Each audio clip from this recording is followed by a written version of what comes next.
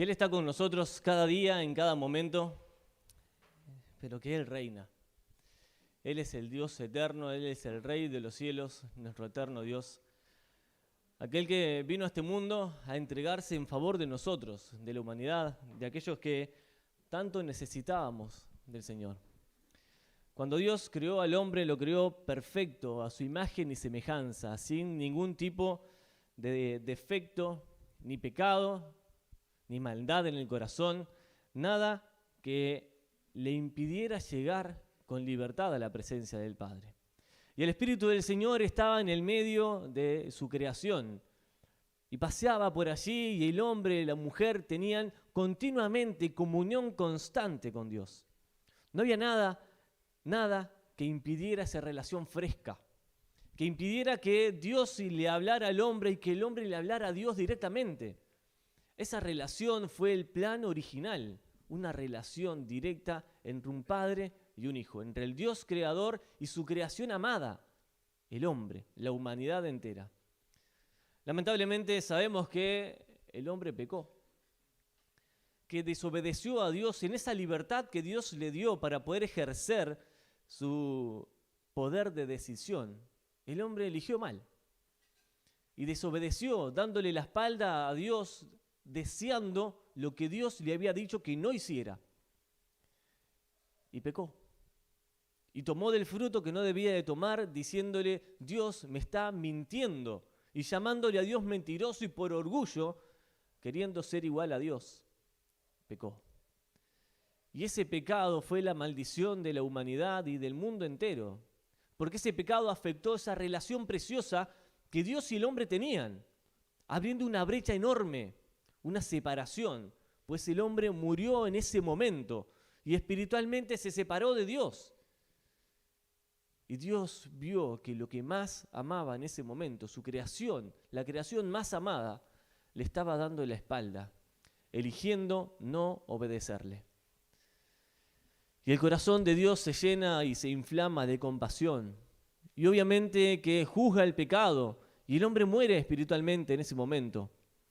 Pero en ese mismo decreto de juicio, Dios da la esperanza. Y en Génesis capítulo 3, cuando el hombre cae, unos versículos más adelante, llegamos al 15, y Dios da la profecía, preciosa esperanza de que un día Jesucristo iba a vencer a aquel que había derrotado al hombre, para darnos victoria y para darnos eterna salvación por medio de un sustituto, Jesucristo.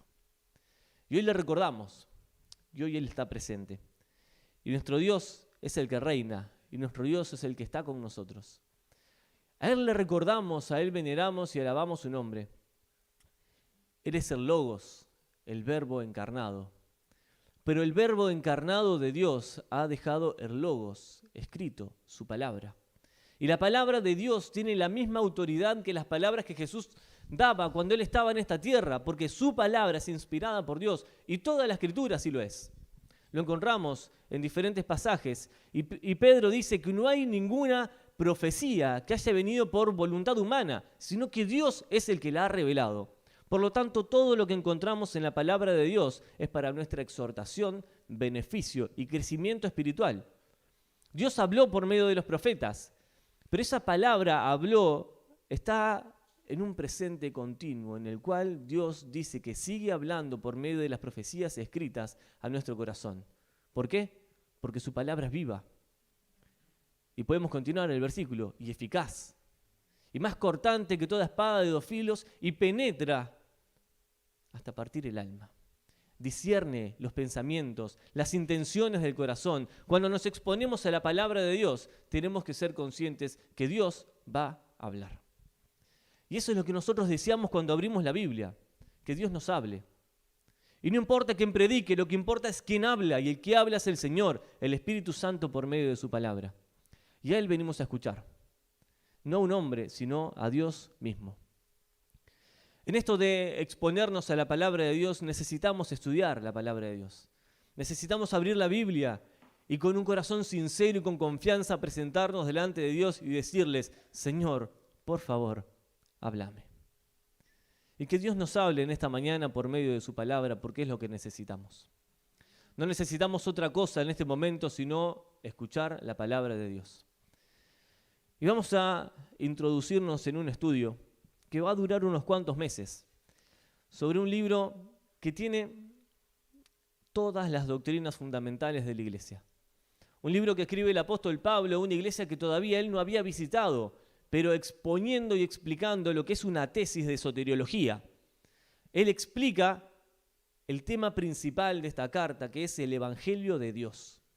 Y es la carta a los romanos. Cuando Pablo escribe esta carta, seguramente estaba en Corinto. Después de haber escrito la primera carta, Pablo fue a la ciudad de Corinto a poner en orden todas las cosas que habían pasado, se fue luego de la ciudad y luego escribe la segunda carta a los corintios. Pero cuando estaba allí en Corinto, se entera de todo lo que estaba pasando en Roma, de la iglesia que había sido establecida allí, y escribe esta carta, la carta a los hermanos que estaban en la ciudad de Roma. Roma en ese momento era la capital del imperio. Todo giraba en torno a Roma. Todos querían en algún momento llegar a Roma, porque lo más extraordinario de la civilización en ese momento estaba allí. No solamente el Coliseo, sino una cantidad de edificios y estructuras que solamente en Roma existían, puentes impresionantes. Todo eso fue destruido después en la época de Nerón, cuando se incendió Roma y él mismo quemó Roma y le echó la culpa a los cristianos. Pero Roma en ese momento era la ciudad del esplendor. Pero ningún apóstol había llegado a Roma. No habían apóstoles que hubieran llegado a ese lugar. La constitución de la iglesia esta simplemente la podemos aproximar por la tradición. La tradición o historia de la iglesia dice que fue fundada alrededor del año 42 después de Cristo.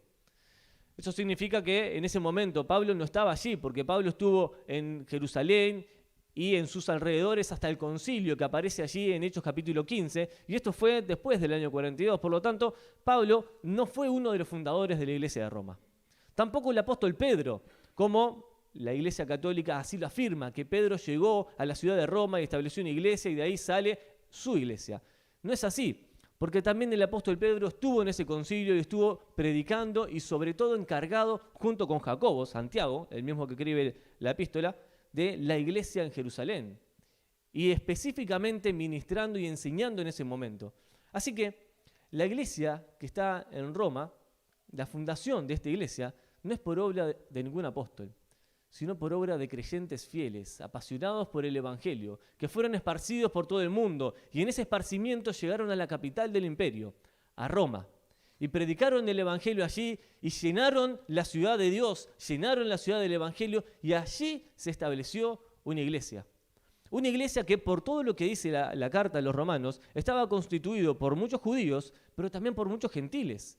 Porque hace continuamente, sobre todo en los capítulos 7, 8 y 9, comparación entre judíos y gentiles. Entre los que eran del linaje de Abraham y los que no eran del linaje de Abraham, llamados gentiles, los que no pertenecían al pueblo de Israel. Y hace una comparación todo el tiempo entre estos dos pueblos, o entre estas dos naciones en sí. En ese momento, Pablo empieza a escribir y se presenta a sí mismo. Y presenta lo que va a exponer durante toda la carta. Y los primeros 7 versículos del capítulo 1, Pablo se presenta el tema, presenta el autor del tema, presenta el sustento de todas estas cosas y también da una pequeña sinopsis de todo lo que iba a exponer más adelante en todos los capítulos que encontramos acá en la epístola de los Romanos. Leamos capítulo 1, desde el versículo 1 hasta el versículo 7.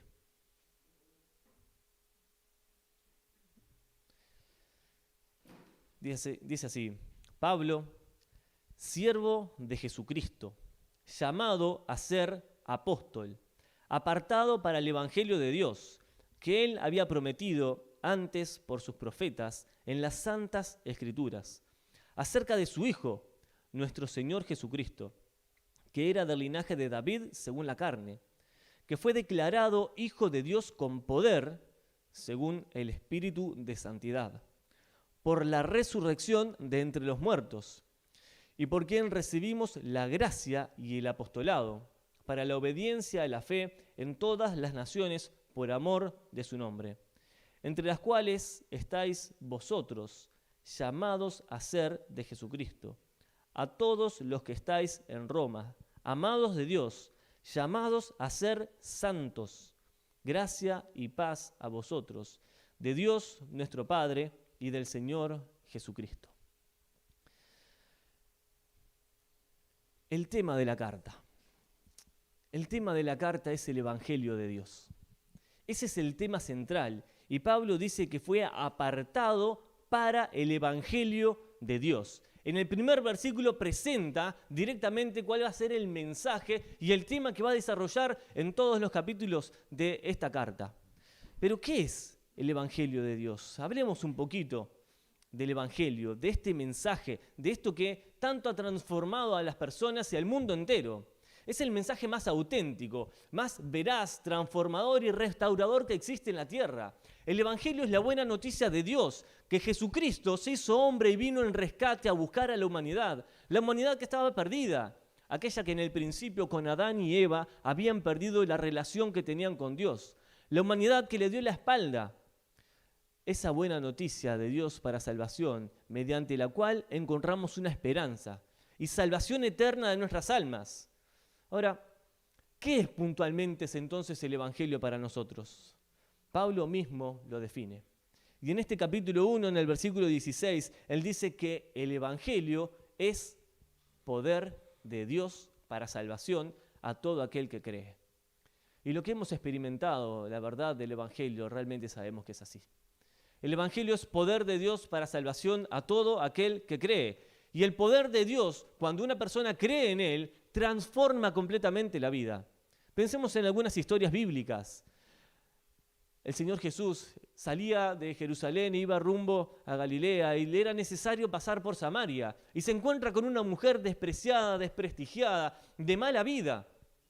Pero al creer en el Señor Jesucristo, su vida fue transformada al punto de que aquella mujer que quería pasar desapercibida y que iba en el momento donde nadie iba a buscar agua a ese pozo, llegó a la ciudad y a viva voz aclamó y proclamó: «He encontrado al Mesías», porque el poder del Evangelio transformó su vida. Pensemos en los apóstoles, en Pedro, el tan impulsivo apóstol que todo el tiempo iba en contra de la rutina y de las cosas y quería hacer todo con su propio ímpetu. Pasó a ser una columna firme y baluarte de la iglesia, siendo anciano, siendo apóstol y siendo nada más ni nada menos que un referente a nivel mundial de lo que fue la predicación del Evangelio. Pensemos en el mismo apóstol Pablo, perseguidor de la iglesia, injuriador de los hermanos, castigador, opresor. Seguramente mató a muchos de los creyentes y consentía en la muerte de Esteban cuando lo estaban apedreando, pero el poder del Evangelio transformó de tal manera su vida que en el mismo momento en el cual él cree, le dice: «Señor, ¿qué quieres que haga?». Y al mismo Señor que perseguía en ese momento lo llama mi amo, mi Señor. Y apenas recibió la vista y pudo tener capacidad de valerse por sí mismo, predicó el Evangelio allí en esa ciudad, en Damasco. Al punto de que lo tuvieron que sacar de esa ciudad porque lo querían matar. Porque Dios, el poder del Evangelio, transformó su vida. En la historia hay un antes y un después de Cristo. Y en todos aquellos que creímos en el Evangelio hay un antes y un después de Cristo. ¿Hay un antes y un después de Cristo en tu vida?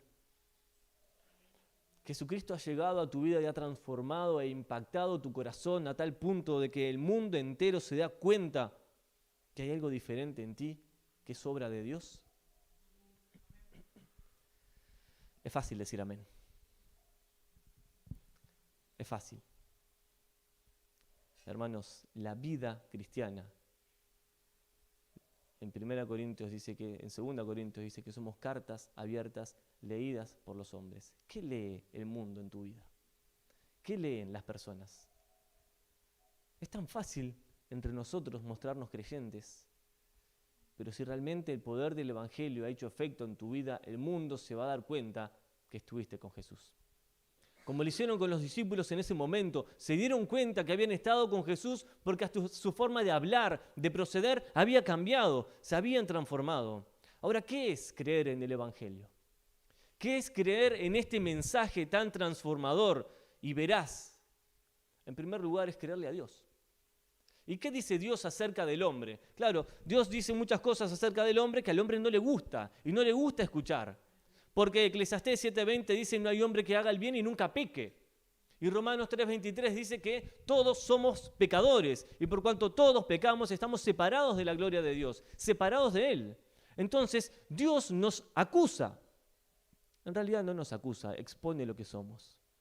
Y si no hay hombre en la tierra que haga el bien y nunca peque, entonces todos nosotros somos pecadores. Por lo tanto, al exponernos el mensaje de Dios, Dios expone nuestra condición. Pero no solamente Dios expone tu condición. Y querido, si no te das cuenta que sos un pecador, es el problema más grande que tenés en la vida. Y lo digo pensando en mí primeramente.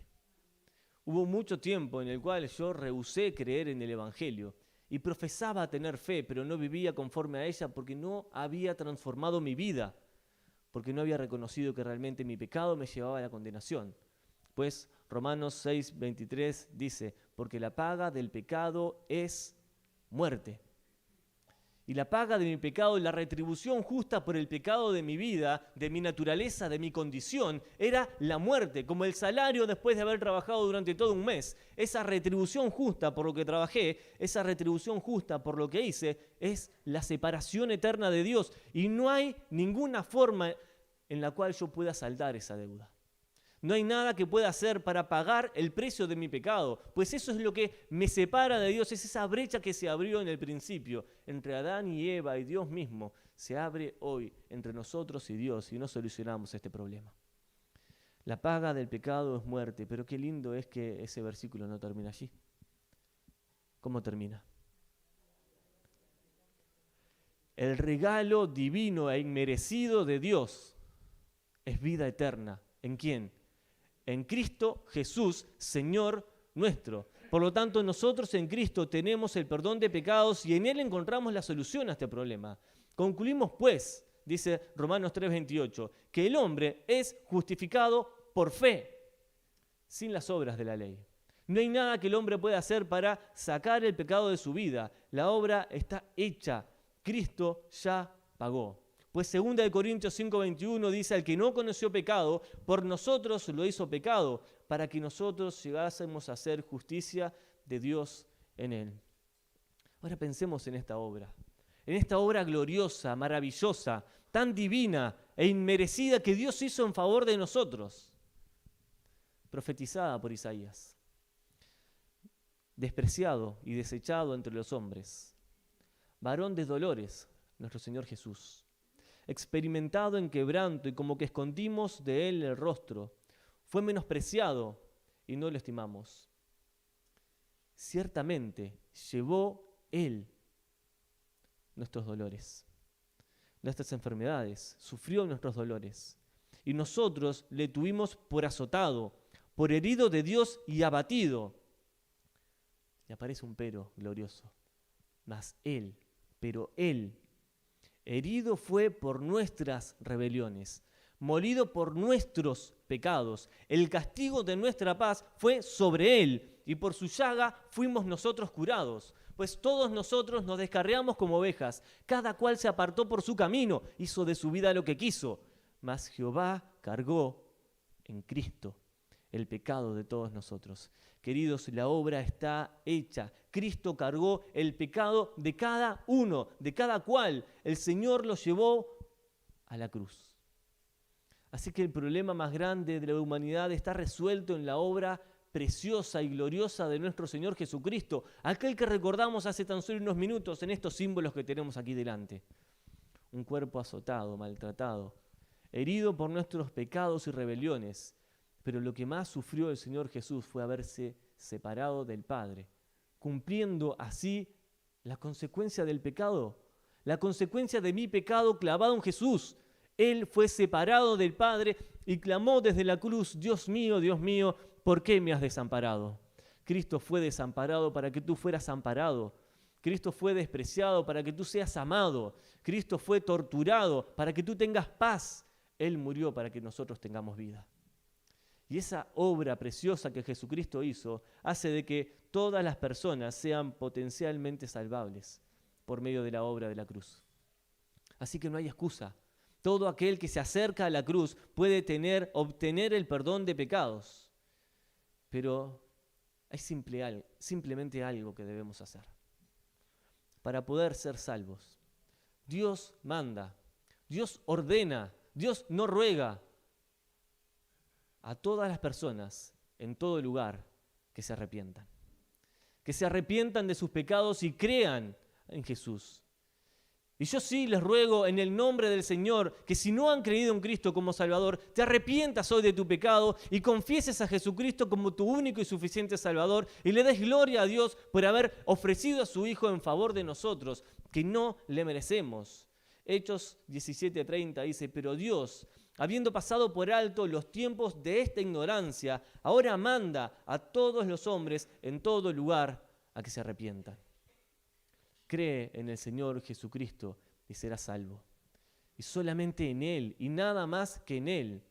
Que si confesares con tu boca que Jesús es el Señor y crees en tu corazón que Dios le levantó de los muertos, serás salvo. Justificados pues por la fe tenemos paz para con Dios, por medio de nuestro Señor Jesucristo. Mas Dios muestra su amor para con nosotros, en que siendo aún pecadores, Cristo murió por nosotros. Queridos, este es el mensaje de la cruz. Este es el mensaje de salvación. Este es el mensaje que ha transformado vidas y a la humanidad entera. Y todos aquellos que estamos acá y hemos creído en Cristo decimos, gracias Señor por salvarme. Gracias porque puedo ser tu hijo. Gracias porque me perdonaste. Gracias porque, como cantamos muchas veces, tu gracia me alcanzó. Porque Dios tomó la iniciativa y vino a buscarnos. Siempre, en toda la historia de la humanidad, Dios viene al hombre y Dios vino al hombre. Ahora Dios viene a ti en esta mañana a decirte, necesitas creer en Jesús. Y como escuchábamos hoy, tal vez no solamente creer en Él como tu Salvador por primera vez, sino reconciliarte con Él porque te has alejado en tu corazón. Dios es un Dios de paz, de amor, pero no nos olvidemos que Dios es justo. Y Gálatas dice, no os engañéis, Dios no puede ser burlado, pues todo lo que el hombre siembre, eso también cosechará. Si sembramos para vida eterna, de vida eterna recogeremos. Si sembramos para el mundo, de la condenación, recogeremos sus frutos. Hermanos, es un tiempo de restauración y es un tiempo de reconciliación. El Señor Jesús vino a reconciliarnos con Dios. Reconciliémonos con Dios. Pero no solamente con Dios, sino con los hermanos. Reconciliémonos. Porque tenemos ahora el ministerio de reconciliación. ¿Cómo podemos pretender reconciliar a alguien con Dios si nosotros no nos reconciliamos con aquellos con que tenemos nuestras diferencias? No podemos dar dos mensajes, hablar uno y vivir otro. Somos cartas abiertas, leídas por todos los hombres. Les ruego en el nombre del Señor, reconciliémonos. Reconciliados, reconcíliense y también reconcíliense con Dios. Porque ese es el deseo de Dios para nosotros, para su iglesia. Pablo presenta el mensaje y luego se presenta a sí mismo, o comienza, mejor dicho, presentándose a sí mismo para hablar del mensaje. Y llegamos ahora sí al versículo 1, y dice, Pablo, siervo de Jesucristo, llamado a ser apóstol. Literalmente, esta primera expresión que encontramos en el libro se debería traducir o decir Pablo, esclavo de Cristo Jesús.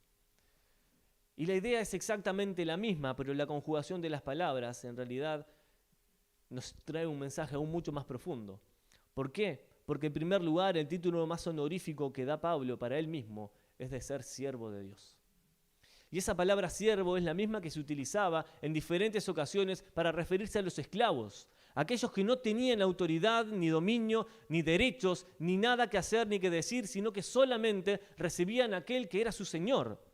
Entonces, Pablo se presenta honoríficamente como siervo de Cristo. ¡Qué privilegio hermoso ser siervo del Señor! Renunciar a mis derechos y tomar la responsabilidad de obedecer a Dios voluntariamente, solamente porque Él lo merece. Por amor, retribuirle a Dios en amor cada una de las cosas que Él ha hecho. Ahora, no solamente Él dice que es siervo, sino que presenta a Cristo Jesús. Y Cristo, este nombre, es el Mesías anunciado proféticamente. esperado durante siglos, este glorioso Mesías se ha manifestado en la vida y en la persona de Jesús. Jesús, ese hombre de Nazaret, ese hijo de María, tan cuestionado su nacimiento. Ese hombre que fue un carpintero, hijo de otro carpintero, que vivió en ese mundo y caminó por las calles polvorientas que había en Jerusalén y en todo Israel. Este hombre lo presenta en primer lugar como el Mesías, el Hijo del Dios viviente, el Hijo de Dios profetizado, anunciado, esperado, anhelado por la humanidad entera, pero sobre todo por el pueblo de Israel. Pero ese también lo presenta como el Hijo del Hombre, que vino a este mundo a identificarse con el hombre para adquirir un nuevo pueblo, la iglesia.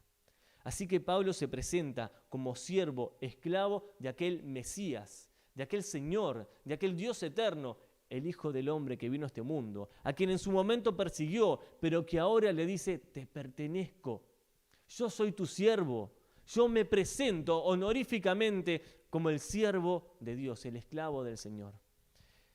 Y este hombre, transformado por el poder del Evangelio, la Biblia dice que fue llamado a ser apóstol.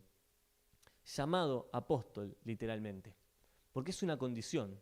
La condición de apóstol no la había alcanzado por una preparación personal, ni mucho menos por méritos, por algo que él haya hecho o logrado alcanzar. No es una escala como un ascenso en una empresa. Luego de haber llegado a una posición en la iglesia, entonces se asciende a la posición de apóstol. No es así.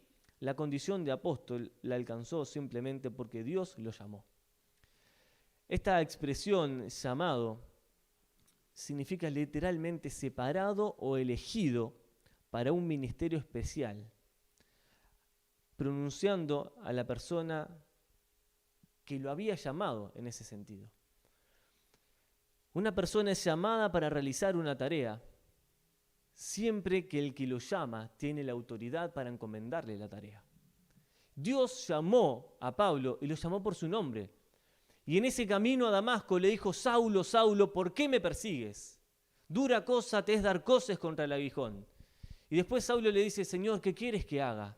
Y ahí le dice, entra a la ciudad y ahí te voy a mostrar qué es lo que quiero que hagas. Pero cada vez que Dios llama a una persona, pronuncia el nombre de la persona para encomendarlo a esa tarea. ¿Se acuerdan del ejemplo de Moisés?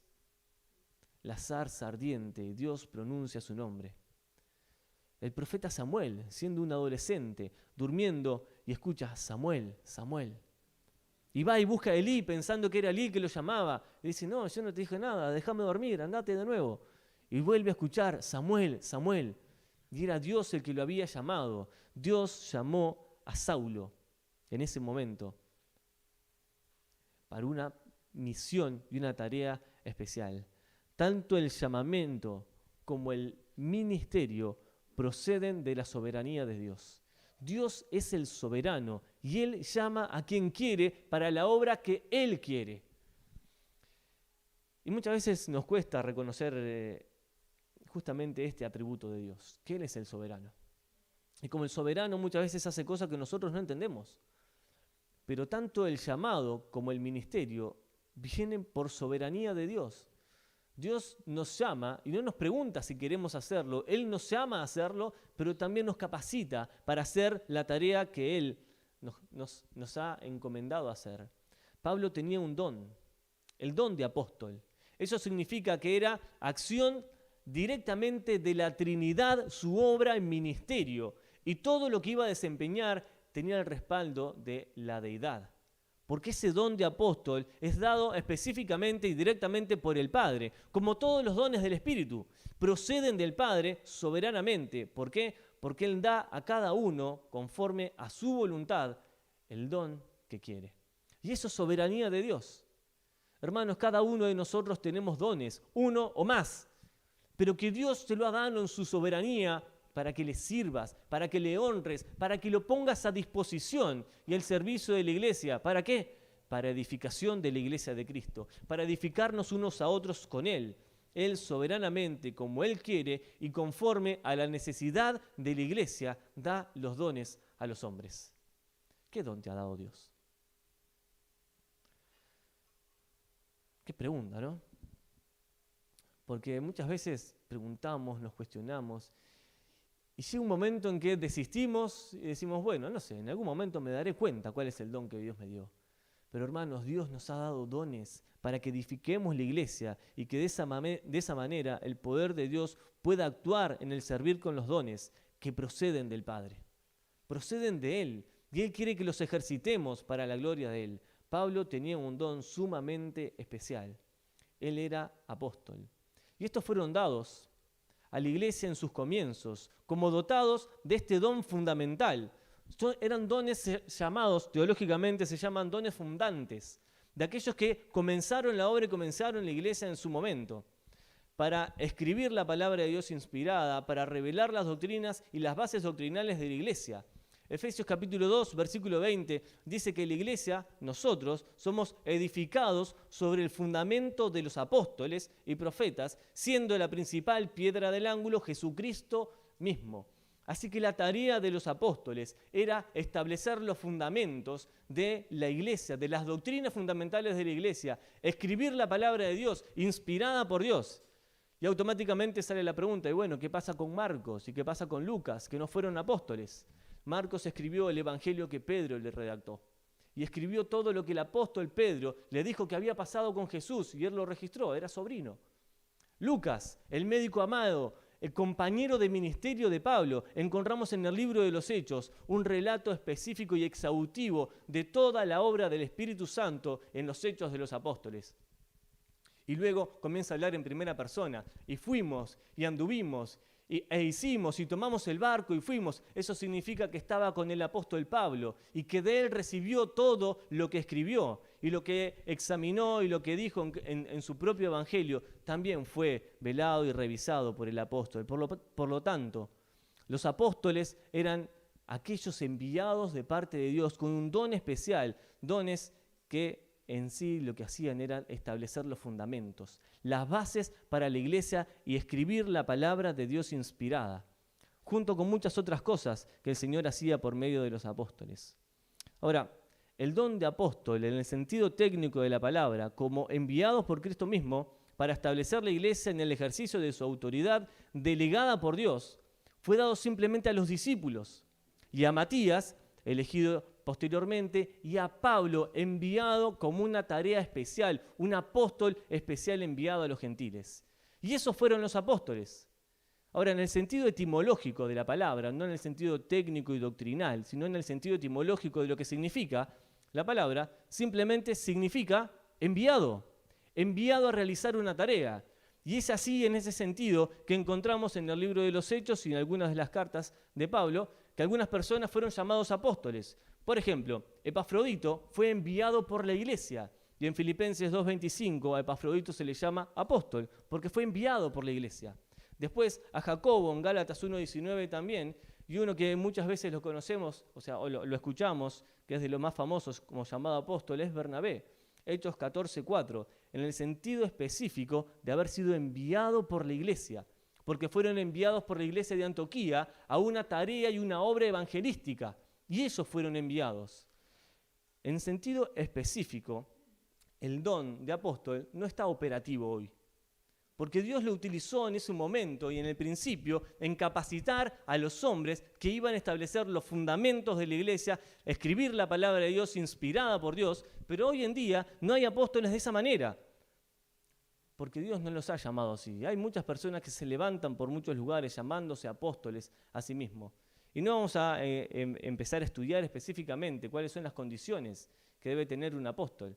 Pero una de ellas es simplemente haber estado en presencia del Señor y haberle visto y haber sido llamado por su propio nombre, como lo encontramos en todo el contexto bíblico. Cada vez que Dios llamó a una persona así, Dios lo llama por su nombre y lo aparta. En este momento, lamentablemente, encontramos muchas personas que medran falsificando la palabra de Dios, sacando provecho y ganancias deshonestas de lo que Dios dice en su palabra, hasta llegar al punto de llamarse no solamente apóstoles, sino hasta arcángeles, y quién sabe cuántas cosas más dirán después. Pero yo encuentro en la palabra de Dios que el Señor lo que más anhela es que yo sea su siervo. Y no hay atributo, no hay criterio que podamos tener de nosotros, ni definición más grande o presentación más excelente que la de siervos de Cristo.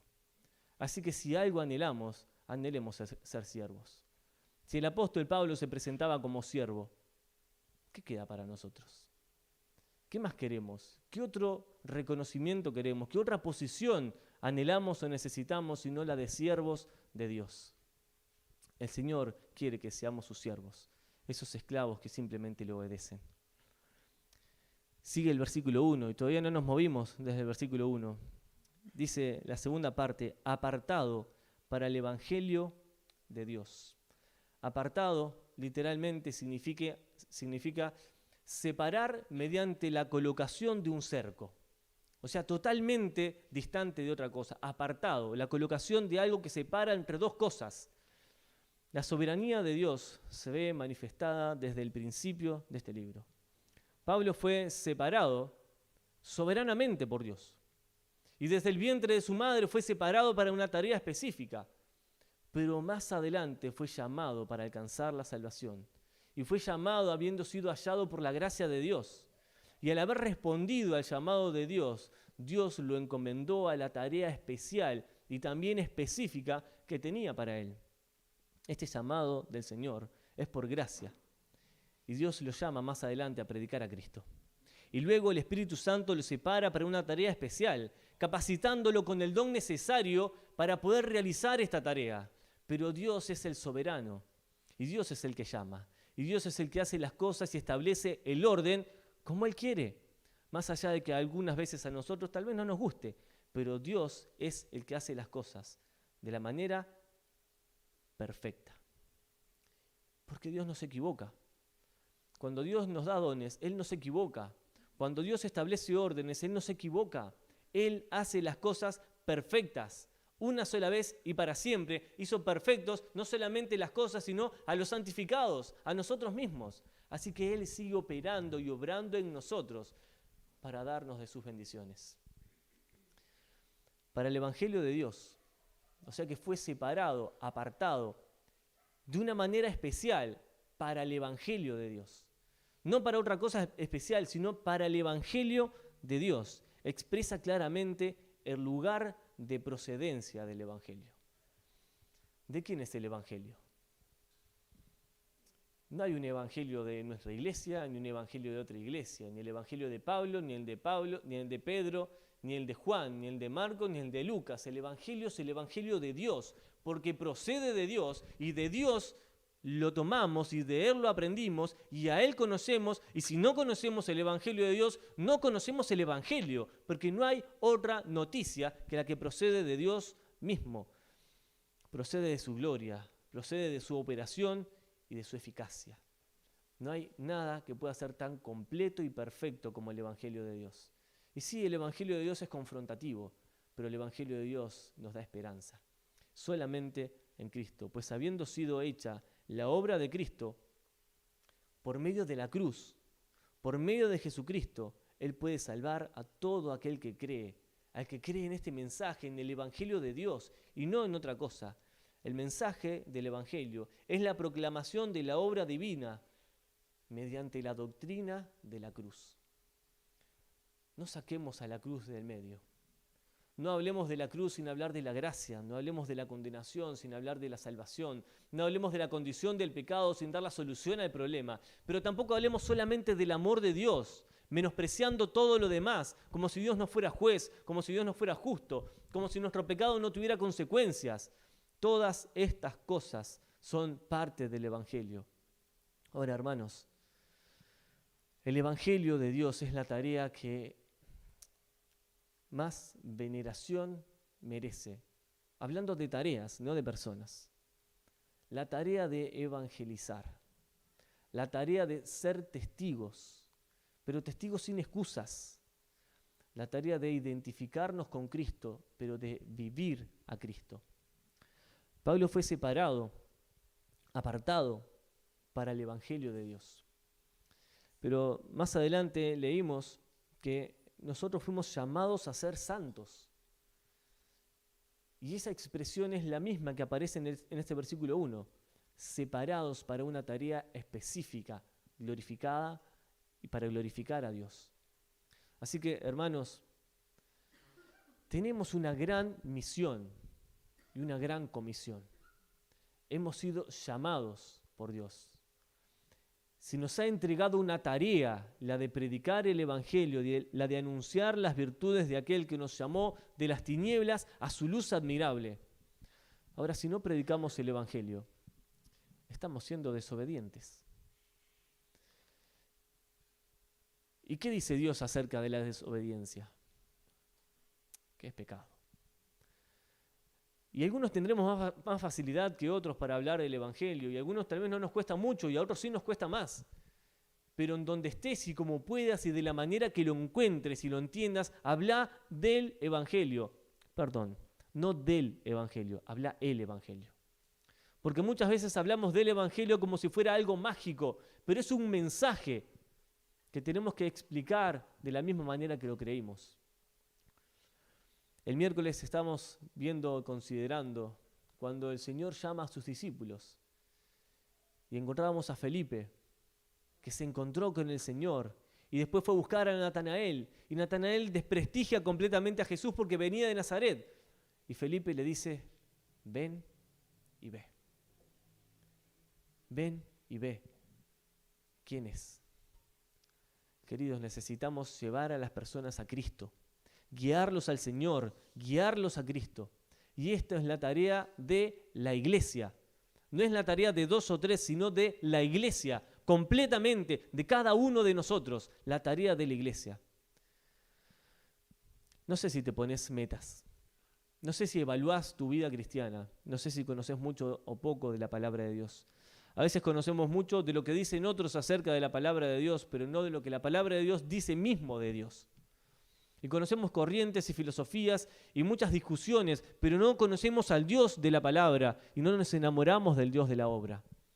Y muchas veces nos enamoramos más de la obra que del Señor de la obra. Y eso es invertir los órdenes.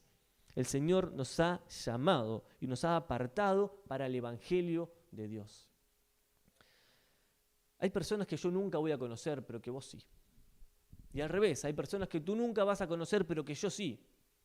Y el apóstol Pablo dice: a todos soy deudor.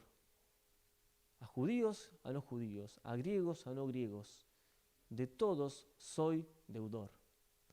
Hay un antiguo himno que acá no se canta, pero la estrofa dice: soy deudor de las almas que están sin salvación.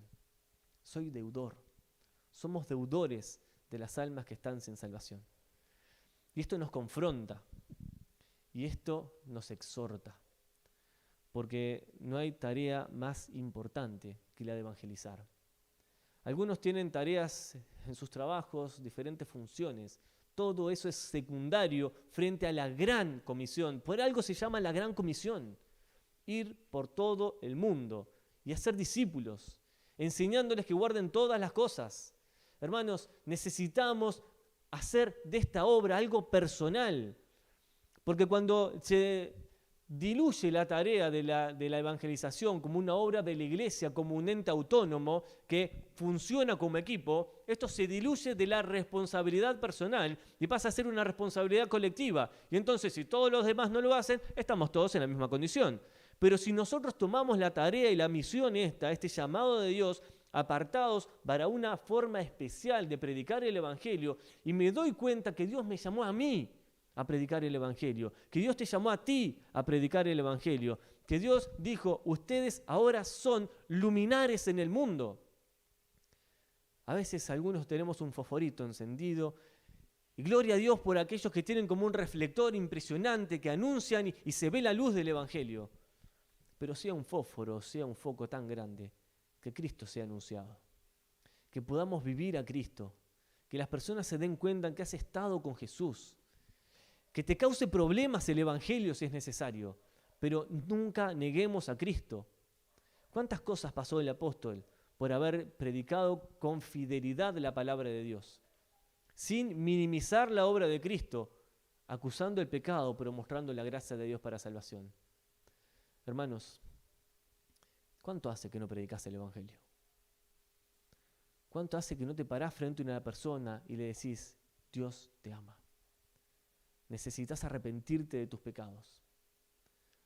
¿Cuánto hace que no le decís a alguien, si te morís hoy te vas al infierno? Y eso es lo peor que te puede pasar. Necesitas arrepentirte porque estás en la condición de peligro más espantosa que cualquier persona puede tener.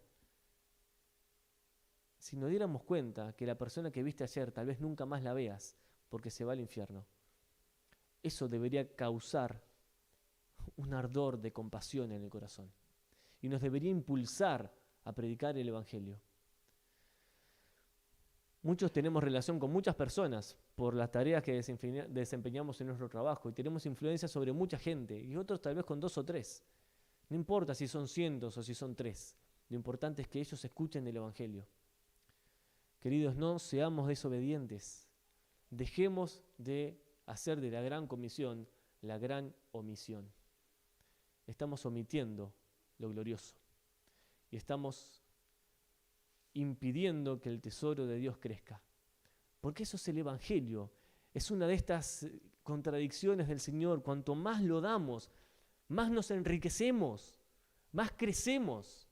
Es una verdad gloriosa que cuanto más se comparte, más aumenta en riqueza. Y eso es poder de Dios. Lamentablemente, y esto es mi opinión, creo que nosotros no creemos que el Evangelio realmente es poder de Dios para salvación. Si lo creyéramos realmente, lo anunciaríamos completamente y haríamos todo lo posible para que cada día de nuestra vida podamos mostrar a Jesús y hablar el Evangelio. Esa es nuestra gran tarea y ese es nuestro gran llamado. Esa es nuestra gran profesión. Las otras que tengamos son totalmente secundarias. Nuestra profesión es que somos enviados de Dios a anunciar las virtudes de aquel que nos llamó de las tinieblas a su luz admirable. Que el Señor nos dé de su gracia, de su sabiduría, pero permítame que el Señor no nos deje tranquilos si no cumplimos con esta tarea. Que nos inquiete y aunque hasta nos quite el sueño si no estamos cumpliendo con lo que Él quiere que hagamos. Que realmente nos comprometamos y que esto sea una experiencia de vida, pero una forma de vida. La evangelización no es una actividad, es una forma de vivir. Podemos hacer actividades evangelísticas y son buenísimas y tienen mucha eficacia, pero evangelizar es vivir el Evangelio, sobre todo. Hablarlo sin palabras y predicarlo con nuestras palabras si es necesario, pero todo el tiempo. Vamos a orar, pero vamos a pedirle al Señor que Él inquiete nuestros corazones, que Él avive nuestro corazón, que avive el fuego del don de Dios que ha puesto en nosotros, al punto de que no nos quedemos quietos ni tranquilos hasta que podamos anunciar el Evangelio con pasión, como lo encontramos en la Biblia, como el Señor quiere que lo hagamos, con pasión. Padre Santo, estamos ante ti, ante tu divino poder, ante tu majestad, ante el Dios glorioso y eterno. Bendito Señor, perdónanos porque seguimos siendo deudores de muchos que andan alrededor nuestro sin salvación y sin esperanza. Hoy, Señor, nos presentamos ante ti, agradeciéndote primeramente por tu sacrificio perfecto, por la obra hecha en la cruz, por el perdón de pecados, por la salvación en Jesucristo. Señor, te ruego que si hay alguien aquí que aún no ha entregado su vida a ti, quebrántalo, Señor, obra en su corazón y que pueda creer en ti como Salvador. Entregar su vida completamente al Señor y reconocerte como su único y suficiente Salvador, diciendo, Padre, creo en ti, quiero recibirte como Salvador. Pero la gran mayoría de los que estamos acá ya te tenemos y necesitamos avivar nuestro compromiso o hacer un nuevo compromiso contigo, Señor. Y te rogamos, Señor, que inquietes nuestro espíritu y que nos pase como Jeremías, que al callar tu palabra, al no querer hablar en tu nombre, que haya un fuego en nuestro interior, que no podamos sufrirlo, que nos impulse y nos obligue a hablar del Evangelio, porque, como dice el apóstol Pablo, ay de mí si no anunciar el Evangelio del Señor. Necesitamos hacerlo y que nuestro corazón se inflame de compasión, que arda, Señor, en pasión por aquellos que se pierden, y podamos ser testigos todo el tiempo de quién es Jesús y de lo que Él hizo en nosotros, en nuestra vida. Padre Santo, qué bueno que sos. Gracias por haber depositado este tesoro en vasos de barro como nosotros. Gracias por habernos amado tanto. Y porque tú eres el único Dios verdadero, fiel, santo y justo. Bendice a tu pueblo. Pero te ruego que nos impulses para seguir hacia adelante y nunca, nunca avergonzarnos del Evangelio. Porque es poder de Dios para salvación a todo aquel que cree. Que tu nombre sea bendito, Señor, que tu palabra sea bendecida, y que tú obres en nuestro corazón y que toda la gloria y la honra sea para ti, porque tú eres el único digno, Señor. En el nombre de Jesús. Amén. Que el Señor les bendiga, hermanos. Que tengan una buena semana, pero meditemos en todas estas cosas. Podríamos hablar mucho del versículo 2, versículo 3 hasta el 7, pero nos quedamos solo en el 1 y hay mucho más para hablar.